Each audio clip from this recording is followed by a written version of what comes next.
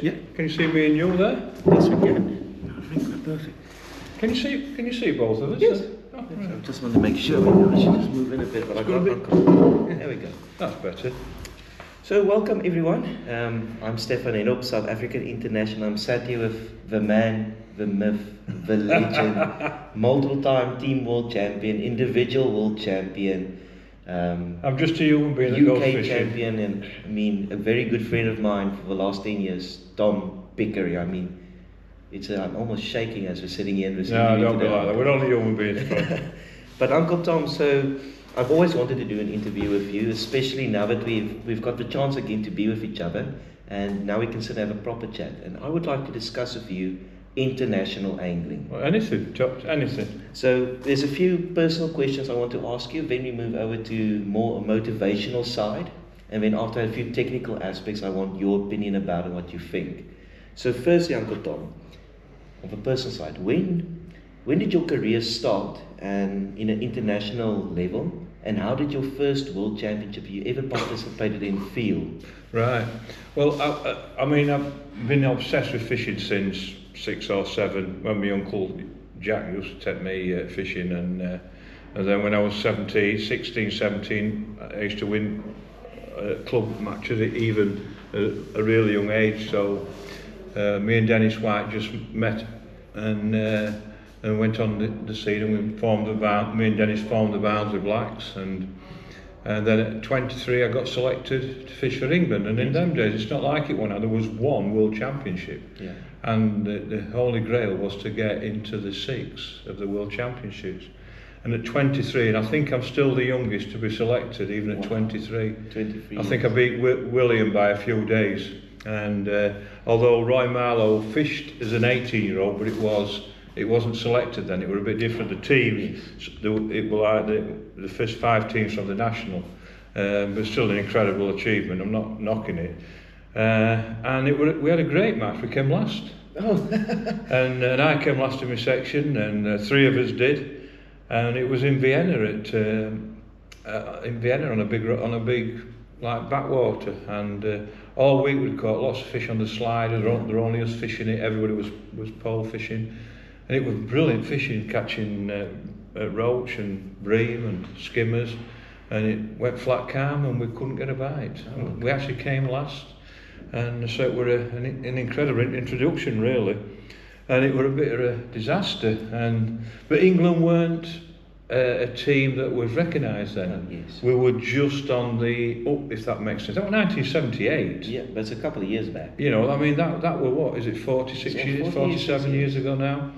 And so it was, but we weren't taken seriously then. And we had a right chance of winning it, we felt. And it was one day, then the next day it was individual. Oh, yes. So it was only a one-day match.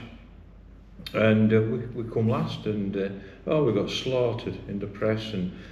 But I always respect Stan Smith was the manager then, because he saw an opportunity for us to win. Yes. And the strange thing is, what happened was on the Friday night there was a full moon. Oh, okay. And the Austrians told us it would be no good on that day, because after the full moon. And then on the Sunday, the wind blew again.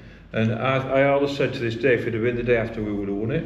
Oh. It's just one of them. But incredible experience, and from then on, my first one wasn't very good. It wasn't very good. But No. look where you are now, 40 plus years Yeah, later. but you learn with experience, and you know. But in them days, it were more difficult. It was like the start, and then Stan Smith took us to a sort of a level where in 1980 we come second in Germany in Mannheim on the river there. We came second, and Germany beat us.